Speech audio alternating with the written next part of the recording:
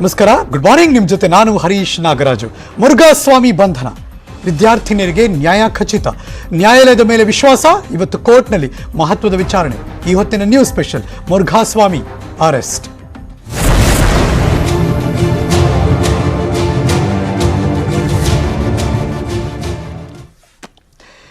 ನಿನ್ನೆ ರಾತ್ರಿ 10 ಗಂಟೆಯಿಂದ ಮಧ್ಯರಾತ್ರಿ ಕಳೆದು ಬೆಳಗಿನ ಜಾವ ಸರಿಸುಮಾರು 2:55 ತನಕ ನಡೆದಂತಹ ಕುತೂಹಲಕಾರಿ ಮಹತ್ವದ ಬೆಳವಣಿಗೆ.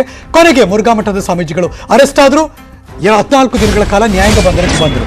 ಈಗ ಬೆಳ್ಳಂಬೆಳಗ್ಗೆ ಬರ್ತಿರೋ ಬ್ರೇಕಿಂಗ್ ನ್ಯೂಸ್ ಏನಪ್ಪಾ ಅಂದ್ರೆ, ಮುರುಘಾ ಸ್ವಾಮೀಜಿ ಅವರಿಗೆ ಕಾಣಿಸ್ಕೊಂಡಿದೆಯಂತೆ ಎದೆನೋ. ಮುರುಘಾ ಸ್ವಾಮೀಜಿಯನ್ನ ಆಸ್ಪತ್ರೆಗೆ ಶಿಫ್ಟ್ ಮಾಡೋದಕ್ಕೆ ಸಿದ್ಧತೆ ಮಾಡ್ತಿದ್ದಾರೆ. Breaking news.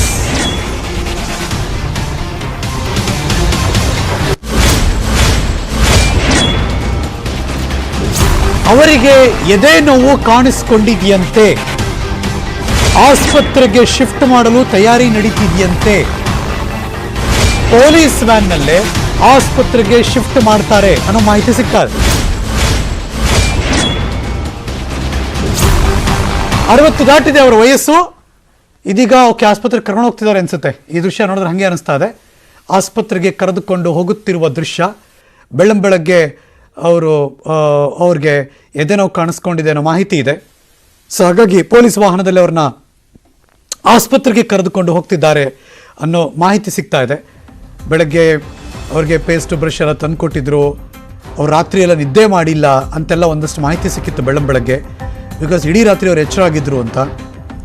May be stress ಆಗಿದೆ, ಅವ್ರಿಗೊಂದಷ್ಟು ಆರೋಗ್ಯದಲ್ಲಿ ಏನಾದ್ರು ಏರುಪೇರು ಆಗಿರಬೇಕು.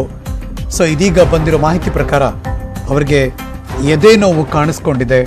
ಅವ್ರನ್ನ ಇಮಿಡಿಯೇಟ್ ಆಗಿ ಆಸ್ಪತ್ರೆಗೆ ಶಿಫ್ಟ್ ಮಾಡಲು ಸಿದ್ಧತೆ ಅಂತಿದೆ ಅಥವಾ ಮಾಡ್ತಿದ್ದಾರೆ ಅಂತ ಅನಿಸ್ತಾ ಇದೆ. ಸೊ ಹಾಗಾಗಿ ಆಸ್ಪತ್ರೆಗೆ ಕರ್ಕೊಂಡು ಹೋಗ್ತಿದ್ದಾರೆ ಅನಿಸ್ತಾ ಇದೆ. ಜಸ್ಟ್ ಲೈವ್ ಪಂಚ್ ಮಾಡಿದ್ದೀವಿ. ಸೊ ಹಾಗಾಗಿ ಆಸ್ಪತ್ರೆಗೆ ಶಿಫ್ಟ್ ಆಗ್ತಿರುವಂತಹ ದೃಶ್ಯ, ನಾನು ಅದನ್ನೇ ಹೇಳ್ತಿದ್ದೀನಿ. ಶಿಫ್ಟ್ ಆಗ್ತಿರುವಂತಹ ದೃಶ್ಯ ನೀವು ನೋಡ್ತಿರುವಂತಹ ಆ ದೃಶ್ಯ ಅಲ್ಲಿ ತೋರಿಸ್ತಾ ಇದ್ದೀವಿ. ಆಸ್ಪತ್ರೆಗೆ ಕರ್ಕೊಂಡು ಹೋಗ್ತಾ ಇದ್ದಾರೆ. ಅಲ್ಲಿ ಮುಂದೆ ಇದೆ ವಾಹನ, ಅಲ್ಲಿ ಹೋಗ್ತಾ ಇದ್ದಾರೆ. ಸೊ ಹಾಗಾಗಿ ಮೇಲ್ಗಡೆ ಸಿದ್ಧತೆ ಅಂತಿರೋದು ಸಿದ್ಧತೆ ಅಲ್ಲ, ಅದೀಗಾಗಲೇ ಕರ್ಕೊಂಡು ಹೋಗ್ತಿದ್ದಾರೆ ಅಂತ ಅನ್ಕೊಳ್ಳೋಣ. ಪೊಲೀಸ್ ವ್ಯಾನ್ನಲ್ಲಿ ಆಸ್ಪತ್ರೆಗೆ ಕರೆದುಕೊಂಡು ಹೋಗುತ್ತಿರುವಂತಹ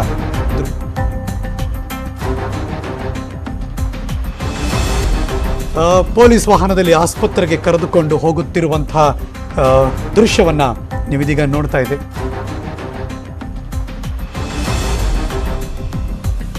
ಕಲ್ಲಿನಕೋಟೆ ಚಿತ್ರದುರ್ಗದ ಒಂದಷ್ಟು ದೃಶ್ಯ. ಯಾವ ಆಸ್ಪತ್ರೆ ಎಂಟ್ರೆನ್ಸ್ ಅಲ್ಲಿ ಸಿ ಕಾರ್ಡಿಯಾಲಜಿ ಎಕ್ಸ್ಪರ್ಟ್ ಆಸ್ಪತ್ರೆಗೆ ಕರ್ಕೊಂಡು ಹೋಗ್ತಿರುವಂತಹ ದೃಶ್ಯ ಅದು.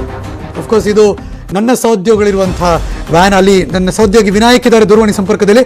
ಗುಡ್ ಮಾರ್ನಿಂಗ್ ವಿನಾಯಕ್, ಎಲ್ಲಿದ್ದೀರಾ? ಏನ್ ನಡೀತಾ ಇದೆ?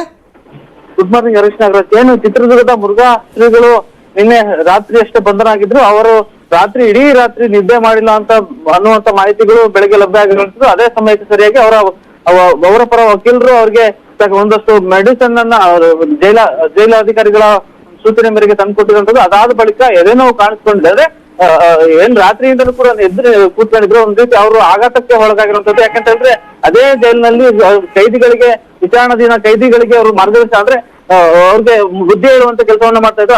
ಅದೇ ಜೈಲಿನಲ್ಲಿ ಕೈದಿ ಆಗಿರುವಂತದ್ದು. ಅವ್ರು ಎಲ್ಲೋ ಒಂದ್ ಕಡೆ ಅವ್ರಿಗೆ ಆತಂಕ ಶಿಕ್ಷೆ ಆಗಿರುವಂತದ್ದು. ಹಾಗಾಗಿ ಅವ್ರಿಗೆ ಇದೀಗ ಎದೆನೋವು ಕಾಣಿಸ್ಕೊಂಡಿರುವಂತದ್ದು. ಹಾಗಾಗಿ ಚಿತ್ರದುರ್ಗದ ಏನು ಜಿಲ್ಲಾ ಕಾರಾಗೃಹ ಇದೆ, ಅಲ್ಲಿಂದ ನೇರವಾಗಿ ಚಿತ್ರದುರ್ಗ ಜಿಲ್ಲಾ ಆಸ್ಪತ್ರೆಗೆ ರವಾನೆ ಮಾಡ್ತಕ್ಕಂಥದ್ದು. ಅಲ್ಲಿ ಅವ್ರಿಗೆ ಚಿಕಿತ್ಸೆಯನ್ನ ಕೊಡಿಸಲಿಕ್ಕೆ ಎಲ್ಲ ರೀತಿಯ ಸಿದ್ಧತೆಯನ್ನು ಕೂಡ ಮಾಡ್ಕೊಂಡಿರುವಂತದ್ದು. ಹರೀಶ್ ನಗರಾಜ್, ಈ ವ್ಯಾನಲ್ಲಿ ನೀವು ಇದ್ದೀರಾ? ಸದ್ಯ ಈಗ ನಾವು ಆ ವ್ಯಾನ್ ಅಲ್ಲಿ ನಾವು ಇದೀವಿ. ಅವ್ರ ಮುಂದೆ ಗಾಡಿ ಹೋಗ್ತಾ ಇದೆ, ಹಿಂದೆ ನಾವು ಚೇಸ್ ಕೂಡ ಮಾಡ್ತಾ ಇದೀವಿ. ಇದೇನು ಕೆಲವೇ ಸೆಕೆಂಡ್ಗಳಲ್ಲಿ ಆಸ್ಪತ್ರೆಯನ್ನ ತಲುಪ್ತಾ ಇದೀವಿ. ವಿನಾಯಕ್, ಈಗ ಸ್ವಾಮೀಜಿಗಳು ಬೇರೆ ಏನಾದ್ರು ಆರೋಗ್ಯದ ಸಮಸ್ಯೆ ಇತ್ತ ಹಿಂದೆ? ಅಂದ್ರೆ ಏನು ಕೋವಿಡ್ ನಂತಹ ಸಂದರ್ಭದಲ್ಲಿ ಅವರಿಗೆ ಕೋವಿಡ್ ಸೋಂಕು ಕೂಡ ತಗುಲಿತ್ತು. ಆ ಸಂದರ್ಭದಲ್ಲಿ ಉಸಿರಾಟ ಸಮಸ್ಯೆ ಇತ್ತು, ಬಿಪಿಯಲ್ಲಿ ವೇರಿಯೇಷನ್ ಕೂಡ ಕಂಡು ಬಂದಿತ್ತು. ಆ ಕಾರಣಕ್ಕೆ ಅವರು ನಿನ್ನೆ ಅಷ್ಟೇ ಅಧಿಕಾರಿಗಳು ಅಂದ್ರೆ ಅವರ ಆಸ್ಪತ್ರೆ ಅಧಿಕಾರಿಗಳು ಮತ್ತೆ ಡಾಕ್ಟರ್ಗಳನ್ನ ಕರೆದು ಅವ್ರಿಗೆ ಚಿಕಿತ್ಸೆಗೆ ಏನು ಸಹಕಾರಿಯಾಗ್ಲಿಕ್ಕೆ ಅವರು ಯಥಾಸ್ಥಿತಿ ಕಾಪಾಡ್ಲಿಕ್ಕೆ ಆರೋಗ್ಯ ಸ್ಥಿತಿ ಹೇಗಿದೆ ಅನ್ನೋಂಥದ್ದು ಚೆಕ್ ಮಾಡಲಾಗಿತ್ತು. ಅದಾದ ಬಳಿಕ ಪೊಲೀಸರು ಅವ್ರನ್ನ ವಶಕ್ಕೆ ಪಡೆದು ಈಗಾಗಲೇ ಜೈಲಿಗೆ ಬಿಟ್ಟಿದ್ದಂಥದ್ದು. ಇದೀಗ ಆ ಪ್ರಕರಣಕ್ಕೆ ಅಂದ್ರೆ ಅವ್ರಿಗೆ ಆರೋಗ್ಯ ಸಮಸ್ಯೆ ಈಗ ಮತ್ತೆ ಕಾಣಿಸ್ಕೊಂಡಿರೋದು. ಓಕೆ, ಈಗ ನಿನ್ನೆ ರಾತ್ರಿ ಅವ್ರನ್ನ ಮುರುಘಾ ಮಠಕ್ಕೆ ಹೋಗಿ ಅರೆಸ್ಟ್ ಮಾಡೋದಕ್ಕೆ ಮುಂಚೆ ಆರೋಗ್ಯ ತಪಾಸಣೆ ಮಾಡಿದ್ರು, ಎಲ್ಲ ಸೂಪರಿಂಟೆಂಡೆಂಟ್ ಇದ್ರು, ಆಸ್ಪತ್ರೆಯವರೆಲ್ಲ ಇದ್ದಲ್ಲ, ಅವಾಗ ಕಂಡೀಷನ್ ಹೇಗಿತ್ತು? ನಿನ್ನೆ ರಾತ್ರಿ SJM ಮೆಡಿಕಲ್ ಕಾಲೇಜು ಆಸ್ಪತ್ರೆಯ ಸಿಬ್ಬಂದಿ ಹಾಗೂ ವೈದ್ಯರು ಅವರ ಆರೋಗ್ಯ ತಪಾಸಣೆ ಮಾಡಿದಂತ ಸಂದರ್ಭದಲ್ಲಿ ರಾತ್ರಿ ಅವರ ಮೆಡಿಕಲ್ ಕಾಲೇಜಿನ ಸೂಪರಿಂಟೆಂಡೆಂಟ್ ಬಾಲಕೃಷ್ಣಪ್ಪ ಅವರು ನಮ್ಗೆ ಮಾಹಿತಿಯನ್ನ ನೀಡಿರತಕ್ಕಂಥದ್ದು ಏನಂತ ಹೇಳಿದ್ರೆ, ಅವ್ರಿಗೆ ಮೊದಲೇ BP ಸಮಸ್ಯೆ ಇದೆ, ಉಸಿರಾಟದ ಸಮಸ್ಯೆ ಇದೆ. ಅವ್ರಿಗೆ ಈ ಪ್ರಕರಣಕ್ಕೆ ಸಂಬಂಧಪಟ್ಟಂತೆ ಈಗ ಅರೆಸ್ಟ್ ಆದ ಬಳಿಕ ಅವ್ರಿಗೆ ಏನಾದ್ರೂ ವೇರಿಯೇಷನ್ಸ್ ಆಗ್ಬಹುದು ಅನ್ನುವಂತಹ ಮಾಹಿತಿಯನ್ನು ನಿಮಿಷ ಹಾಗೆ ಹೊಲ್ಡಲ್ಲಿ Vinayak welcome back to you. ಈ ಕ್ಷಣ ಒಂದು ಎಕ್ಸ್ಪ್ಲೈನ್ ಮಾಡ್ಬಿಡ್ತೀನಿ. ಇದು ಚಿತ್ರದುರ್ಗದ ಜಿಲ್ಲಾ ಆಸ್ಪತ್ರೆಯ ಆವರಣ. ಇನ್ನು ಅಲ್ಲಿಂದ ಇನ್ನು ಸಿಗಲ್ಲ ವಿಜುವಲ್ಸು. ಏನು ವೆಹಿಕಲ್ ಬ್ಯಾಕ್ ರಿವರ್ಸ್ ತೆಗೆದವನು ಒಳಗೆ ಹೋದ ಅಷ್ಟು ಝೂಮ್ ಆಗಿ ತೋರಿಸಿದ್ದಷ್ಟು ಬಿಟ್ಟರೆ ಇನ್ನು ಒಳಗಡೆ ಎಂಟ್ರಿ ಇಲ್ಲ ಯಾವ ಮಾಧ್ಯಮಕ್ಕೂ ಅಲ್ಲೀಗ. ಸೊ ಹಾಗಾಗಿ ಆ ವೆಹಿಕಲ್ ಅಲ್ಲಿ ಒಳಗಡೆ ಪಾರ್ಕ್ ಆಯಿತು, ಮತ್ತು ಅವ್ರನ್ನ ಎಮರ್ಜೆನ್ಸಿ ಎಂಟ್ರಿಗೆ ಕರ್ಕೊಂಡು ಹೋಗೋದಕ್ಕೆ ಅಲ್ಲಿ ರಿವರ್ಸ್ ತೆಗೆದು, ಬಿಕಾಸ್ ಅಲ್ಲಿ ಡೋರ್ ಓಪನ್ ಮಾಡಿದಾಗ ಸ್ಟ್ರೆಚರ್ ಮೂಲಕ ಅವ್ರನ್ನ ಕರ್ಕೊಂಡು ಹೋಗ್ತಾರೆ ಮಲಗಿಸ್ಕೊಂಡು. ಹೃದಯ ಸಂಬಂಧಿ ಆಗಿರೋದ್ರಿಂದ ಅವ್ರು ಮತ್ತೆ ನಡೆಸೋ ಎಲ್ಲ ಚಾನ್ಸಸ್ ಇಲ್ಲ. ಸೊ ಹಾಗಾಗಿ ಇಮಿಡಿಯೇಟಾಗಿ ಅಲ್ಲಿ ಅವ್ರನ್ನ ಆಸ್ಪತ್ರೆಗೆ ಶಿಫ್ಟ್ ಮಾಡಿದ್ದಾರೆ. ಇನ್ನೇನಿದ್ರು ಹೆಲ್ತ್ ಬುಲೆಟಿನ್ ರಿಲೀಸ್ ಮಾಡಬೇಕು ಅಷ್ಟೇ. ಅದಕ್ಕೂ ಮುಂಚೆ ಅಂದರೆ ಅಲ್ಲಿಂದ ಹೊರಡೋದಕ್ಕೆ ಮುಂಚೆ ಕಾರಾಗೃಹದ ಮುಂಭಾಗದ ದೃಶ್ಯ ನೀವು ನೋಡ್ತಿರೋದು ಈ ಕ್ಷಣಕ್ಕೆ. ಕಾರಾಗೃಹದಿಂದ ಹೊರಟ ದೃಶ್ಯ ಈಗ ನೋಡ್ತಿರೋದು ನೀವು ಕೆಲವೇ ಹೊತ್ತಿನ ಮುಂಚೆ. ಇದೆಲ್ಲ ಒಂದು 5 ನಿಮಿಷ 8 ನಿಮಿಷ ನಡೆದಿರೋದು ಈಗ ನಾವು ತೋರಿಸ್ತಿರೋದು. ಬಿಕಾಸ್ ಚಿತ್ರದುರ್ಗದಲ್ಲಿ ಅಷ್ಟೇ ಡಿಸ್ಟೆನ್ಸ್ ಅವೆಲ್ಲ ಇರೋದು ಕಾರಾಗೃಹದಿಂದ ಜಿಲ್ಲಾಸ್ಪತ್ರೆ. ಅಲ್ಲಿಂದ ಒಳಗಡೆ ಈಗಾಗಲೇ ಸ್ವಾಮೀಜಿಗಳಿದ್ದಾರೆ, ಸುತ್ತ ಒಂದಷ್ಟು ಜನ ಕೂತಿದ್ದಾರೆ ಪೊಲೀಸರು. ಅಲ್ಲವ್ರನ್ನ ಕರ್ಕೊಂಡು ಹೋದರು, ಹೊರಟರು. ಅಲ್ಲಾದ್ಮೇಲೆ ಒಂದು ಕೆಲವೇ ನಿಮಿಷಗಳಲ್ಲಿ ಜಿಲ್ಲಾಸ್ಪತ್ರೆಗೆ ರೀಚ್ ಆದರು. ಅಲ್ಲೀಗ ವ್ಯಾನ್ ಕೂಡ ಪಾರ್ಕ್ ಆಗಿದೆ. ಇಮಿಡಿಯೇಟಾಗಿ ಅವ್ರನ್ನ ಸ್ಟ್ರೆಚರ್ ಮೇಲೆ ಮಲಗಿಸ್ಕೊಂಡು ಕರ್ಕೊಂಡು ಹೋಗ್ತಾರೆ. ಮುಂದಿನ ಆರೋಗ್ಯ ತಪಾಸಣೆ ಮತ್ತು ಅದಕ್ಕೆ ಬೇಕಾಗಿರುವ ಎಲ್ಲ ಚಿಕಿತ್ಸೆಯನ್ನು ಜಿಲ್ಲಾಸ್ಪತ್ರೆಯಲ್ಲಿ ಇನ್ನು ಮುಂದಕ್ಕೆ ಕೊಡ್ತಾರೆ. ಹೆಲ್ತ್ ಬುಲೆಟಿನ್ ಇನ್ನೊಂದು 1 ಗಂಟೆ ಅಥವಾ 2 ಗಂಟೆ ನಂತರ ರಿಲೀಸ್ ಆಗ್ಬೋದು. ಒಂದು 9 ಗಂಟೆ ಅಂದರೆ ಒಂದು 12 ಗಂಟೆಗೆ ಒಂದು ಹೆಲ್ತ್ ಬುಲೆಟಿನ್ ರಿಲೀಸ್ ಆಗ್ಬೋದು ನನ್ನ ಪ್ರಕಾರ. Let's wait and watch. ಅವರಿಗೆ ಯಾವ ಥರದ ಎದೆ ನೋವು, ನಿದ್ದೆ ಆಗಿಲ್ದಿರೋದ್ರಿಂದ, ದೇಹ ದಣಿದಿರೋದ್ರಿಂದ, ವಯಸ್ಸು ಕೂಡ ಆಗಿರೋದ್ರಿಂದ ಒಂದಷ್ಟು ಆ ಥರದ್ದು ಬರೀ ಮಸಲ್ ಪೇನಾ ಅಥವಾ ಬೇರೆ ಏನಾದರೂ ಆರೋಗ್ಯ ಸಮಸ್ಯೆ ಇದೆಯಾ, ಅಥವಾ ಈ ಎಲ್ಲ ಬೆಳವಣಿಗೆ ಆಗಿರೋದ್ರಿಂದ ಆ ಒಂದು ಆತಂಕಕ್ಕದು ಬಂದಿದೆಯಾ, ಅಥವಾ ಇನ್ಯಾವುದಾದ್ರು ತೀವ್ರತರವಾದಂಥ ಹೃದಯ ಸಂಬಂಧಿ ಚಿಕಿತ್ಸೆ ಕೊಡಬೇಕಾ, ಎಲ್ಲ ಒಂದಷ್ಟು ಕ್ವಶನ್ಗಳಿವೆ. ಸೊ ಹಾಗಾಗಿ ಏನೇನಾಗುತ್ತೆ ಅನ್ನೋದು ಈಗಿರುವಂಥ ಕುತೂಹಲ. ನಿನ್ನೆ ರಾತ್ರಿ 10 ಗಂಟೆಗೆ ಅವರ ಆರೋಗ್ಯ ತಪಾಸಣೆಯನ್ನು ಮಾಡಿ ನಂತರದಲ್ಲಿ ಆದಂಥ ಇಷ್ಟೆಲ್ಲ ಬೆಳವಣಿಗೆನ ಗಮನಿಸ್ತಾ ಇದ್ದೀರಾ.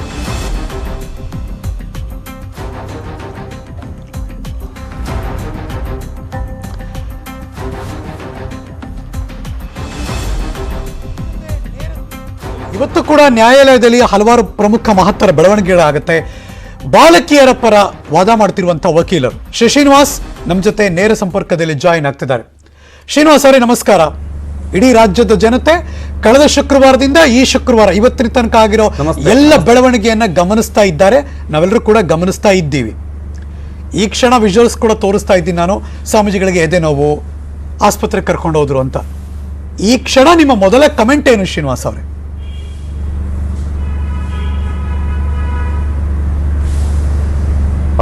ನನ್ನ ಮೊದಲ ಕಮೆಂಟ್ ಅಂತ ಹೇಳಿದ್ರೆ, ಕೊನೆಗೂ ಸಹ ನಿಧಾನವಾದ ವಿಳಂಬ ಆದರೂ ಸಹ ಸಂತ್ರಸ್ತ ಬಾಲಕಿಯರಿಗೆ ನ್ಯಾಯ ಸಿಗುವ ಮೊದಲನೇ ಜಯ ಸಿಕ್ಕಿದೆ ಅಂತ ನಾನು ಹೇಳಲಿಕ್ಕೆ ಇಷ್ಟಪಡ್ತೇನೆ.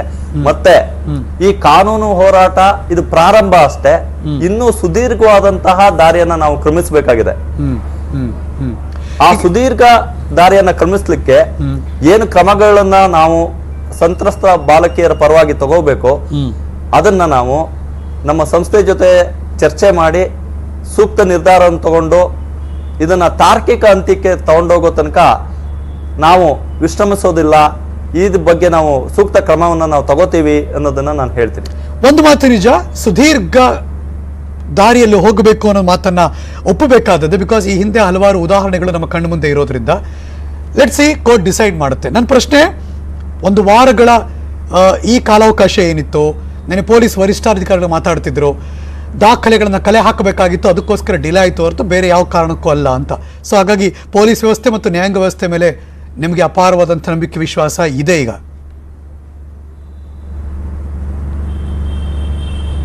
ಖಂಡಿತ ಇದೆ. ಈ ಪ್ರಕರಣದಲ್ಲಿ ಸ್ವಲ್ಪ ವಿಳಂಬ ಆಗಿರ್ಬೋದು. ಅದಕ್ಕೆ ಅವ್ರು ಕೊಡ್ತಾ ಇರುವಂತಹ ಕಾರಣ ಸೂಕ್ತ, ಸಮಂಜಸ ಅಥವಾ ಅಸಮಂಜಸ ಇದ್ರ ಬಗ್ಗೆ ನಾನು ಚರ್ಚೆ ಮಾಡೋದಿಲ್ಲ. ಅಂತಿಮವಾಗಿ 7ನೇ ದಿನಕ್ಕಾದ್ರೂ ಸಹ ಪೊಲೀಸ್ನವರು ಅವ್ರ ಕೆಲಸವನ್ನ ಮಾಡಿದ್ದಾರೆ. ಮತ್ತೆ ಅವರ ಮೇಲೆ ಇನ್ನೂ ಜವಾಬ್ದಾರಿ ಇದೆ. ಸೂಕ್ತ ತನಿಖೆ, ಸೂಕ್ತ ಸಾಕ್ಷ್ಯಾಧಾರಗಳನ್ನ ಕಲೆಕ್ಟ್ ಮಾಡಿ ಸೂಕ್ತವಾದಂತಹ ಸೆಕ್ಷನ್ಗಳ ಅಡಿಯಲ್ಲಿ ಚಾರ್ಜ್ ಶೀಟ್ ಅನ್ನ ಸಬ್ಮಿಟ್ ಮಾಡಿ ಈ ಕೇಸನ್ನ ಮುಂದುವರಿಸುವಂತಹ ಗುರುತರವಾದಂತಹ ಜವಾಬ್ದಾರಿ ಪೊಲೀಸ್ನವ್ರ ಮೇಲಿದೆ. ಈ ವ್ಯವಸ್ಥೆ ಮೇಲೆ ನನ್ನ ನಂಬಿಕೆ ಇದೆ. ಪೊಲೀಸ್ನವರು ಆ ಕೆಲಸನ ಸೂಕ್ತವಾಗಿ ಮಾಡ್ತಾರೆ ಅಂತ ನಾನು ವಿಶ್ವಾಸ ಇಟ್ಟಿದ್ದೀನಿ. ಒಂದು ವಾರಕ್ಕೆ ಮುಂಚೆ ನೀವು ಈ ಕೇಸ್ನ ಟೇಕಪ್ ಮಾಡಬೇಕಾದ್ರೆ ಬಾಲಕಿಯರ ಮನಸ್ಥಿತಿ ಹೇಗಿತ್ತು, ಇವಾಗ ಹೇಗಿದೆ?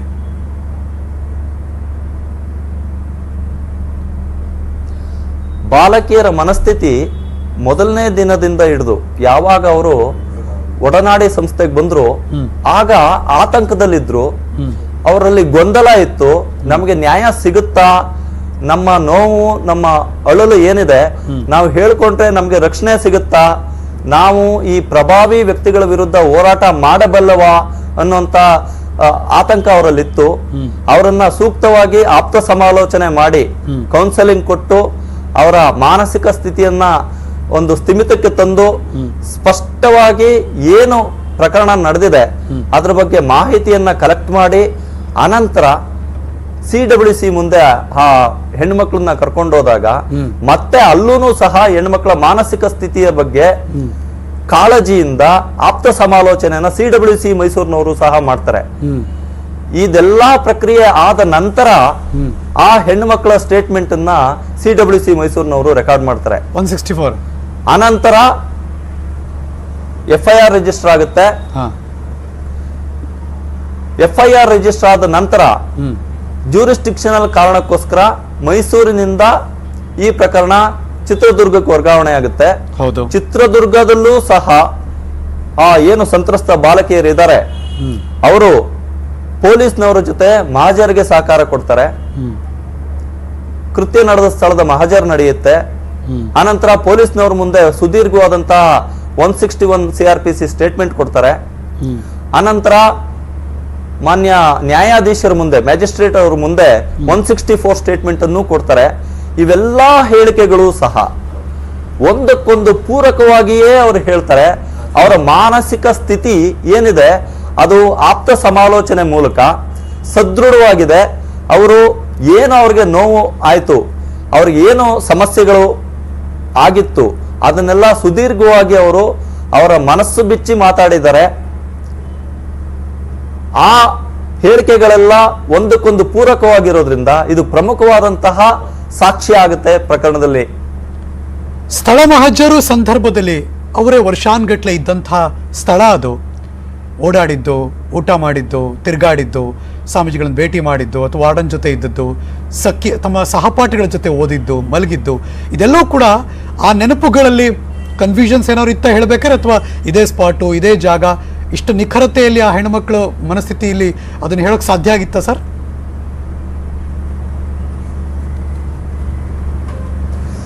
ಖಂಡಿತವಾಗಿ ಸ್ಥಳ ಮಹಜರ್ ಸಮಯದಲ್ಲಿ ಆ ಜಾಗಕ್ಕೆ ಅವರು ಹೋದಾಗ ಆ ಭಾವನೆಗಳನ್ನ ಹೇಳ್ಕೊಳ್ಳೋದು ಕಷ್ಟ ಆಗುತ್ತೆ. ಅದೇ ಜಾಗದಲ್ಲಿ ಅವರು ಸಹಪಾಠಿಗಳ ಜೊತೆಗೆ ಓಡಾಡ್ಕೊಂಡಿದ್ದ ಜಾಗ, ಅವ್ರು ಇದ್ದ ಜಾಗ, ಇದನ್ನೆಲ್ಲ ನೋಡಿದಾಗ ಅವರ ಪ್ರಸ್ತುತ ಪರಿಸ್ಥಿತಿ, ಅವ್ರು ಬಂದಿರತಕ್ಕಂತ ಸಂದರ್ಭ, ಇವೆಲ್ಲ ಅವ್ರಿಗೆ ದುಃಖ, ಸಂತೋಷ ಎರಡನ್ನೂ ತಂದಿರ್ಲಿಕ್ಕೆ ಸಾಧ್ಯತೆ ಇದೆ. ಮತ್ತೆ ಅವರು ಸ್ಥಳ ಮಹಜರಲ್ಲಿ ಪೊಲೀಸ್ನವ್ರಿಗೆ ಕೋಆಪರೇಟ್ ಮಾಡಿದ್ದಾರೆ. ಯಾವ ಸ್ಥಳದಲ್ಲಿ ಏನು ಘಟನೆಗಳು ನಡೆದಿದೆ ಅನ್ನೋದ್ರ ಬಗ್ಗೆ ಸ್ಪಷ್ಟ ಮತ್ತು ನಿಖರವಾಗಿ ಸಂಪೂರ್ಣ ಮಾಹಿತಿಯನ್ನ ಸಂತ್ರಸ್ತ ಮಕ್ಕಳು ಪೊಲೀಸ್ನವ್ರಿಗೆ ಕೊಟ್ಟಿದ್ದಾರೆ.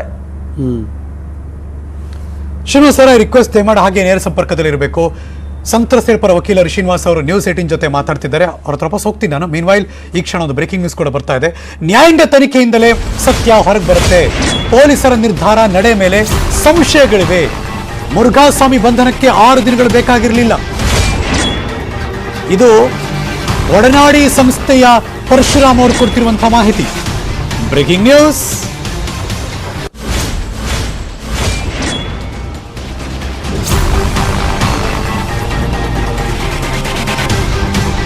ಪ್ರಭಾವಿ ಮಠಾಧೀಶರ ಪರವೇ ಎಲ್ಲರೂ ನಿಂತರು.